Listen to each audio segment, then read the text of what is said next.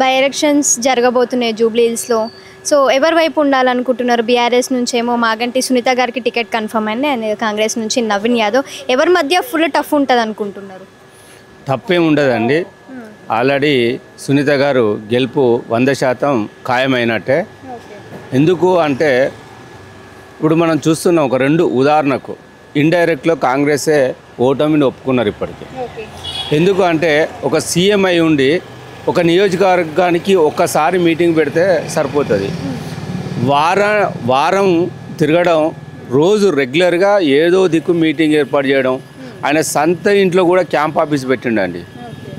అంటే గత 2 సంవత్సరాల నుంచి ఆయన ఇంటికి ఎవరిని రానియని పరిస్థితి ఉండే, ఇలా భయంతో అందరినీ రానియడం జరుగుతుంది. రెండోది ఏంటంటే ఇలా మైనార్టీలని 22 నెలల నుంచి పట్టించుకోలేదు. ఇవాళ అజరుద్దీన్కు ఇలా మంత్రి పదవి ఇవ్వడం అనేది ఓటమిని ఒప్పుకున్నట్టే కదా. ఇంకా దాంట్లో ఎవరు గెలుస్తారనే క్వశ్చనే అవసరం లేదు. కాంగ్రెస్ పార్టీ రేవంత్ రెడ్డి గారి మాటలు నమ్మి ప్రజలు మోసపోయిన్లు. 22 నెలల్లో ఆయన ఇచ్చిన 6 హామీలతో పాటు 420 హామీలు ఇచ్చిండు. ఒక్క హామీ కూడా పూర్తిగా నెరవేర్చలే. ఒక్క ఉచిత బస్సు అనేది పెట్టిండు. ఆ ఉచిత బస్సు కూడా ఇలా నిన్న మనం జగిత్యాల చూసినాం. 70 మంది ఎక్కాలి, ఎంత ఎక్కినా 56 సీట్లు ఉంటాయి. సరే లాస్ట్కు 70 మంది ఎక్కాలి. అటువంటిది 170 మంది 150 మంది ఎక్కి అలా బస్సు టైర్ ఊచిపోయి ఇవాళ ప్రాణాలతో చెలగాటమాడుతున్నాడు. అంటే బస్సులు ఉచిత బస్సు అని పెట్టి మహిళలకు ఉచిత పెట్టిండు, పురుషులకు డబల్ ఛార్జ్ పెట్టిండు, బస్సులు తగ్గించండు. దానివల్ల ఇవాళ మహిళలు కొట్టుకున్న వీడియోలు కూడా మనం చాలా చూస్తాను. కాబట్టి అది కూడా ఒక లెక్కగా రాదు. దానివల్ల నష్టమే తప్ప లాభం లేదు. ఇవాళ 6 హామీలలో ఇవాళ తులం బంగారం అన్నాడు. నిన్న మనం చూస్తాను, వాళ్ళ నాయకులే, కాంగ్రెస్ నాయకులే, మేము తులం ఇవ్వలేము, దండం పెడతామంటాను. ఇవాళ తర్వాత మహిళలకు, ప్రతి మహిళకు 18 సంవత్సరాలు దాటిన ప్రతి మహిళకు 2500 పింఛన్ అన్నాడు, ఇప్పటివరకు లేదు. ఇవాళ కేసీఆర్ 2000 ఇస్తాడు, 2000 కాదు నేను 4000 ఇస్తా అన్నాడు, అది ఇప్పటివరకు లేదు. తర్వాత వికలాంగులకు 6000 ఇస్తా, 4000 కాదు 6000 ఇస్తా అన్నాడు, ఇప్పటివరకు లేదు.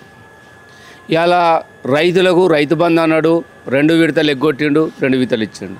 బోనస్ అన్నాడు, అది కూడా బోగస్ అయిపోయింది. ఇవాళ 2 లక్షల ఉద్యోగాలు అన్నాడు, ఇప్పటి వరకు 20-30 వేల ఉద్యోగాలు కూడా ఇవ్వలేదు.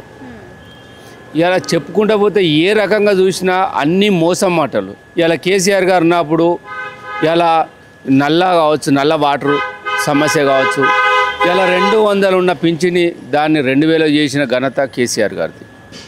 ఇలా వికలాంగులకు 2000 సరిపోతలేవు అని చెప్పి వాళ్ళకు 4000 ఇచ్చిండు. ఇలా షాద్ ముబారక్ కావచ్చు, కళ్యాణ లక్ష్మి కావచ్చు, ఇవాళ అన్నీ ఇవాళ మైనార్టీలకు ఇవాళ ఈ నియోజకవర్గంలో మైనార్టీ ఓటింగ్ ఎక్కువ ఉంది.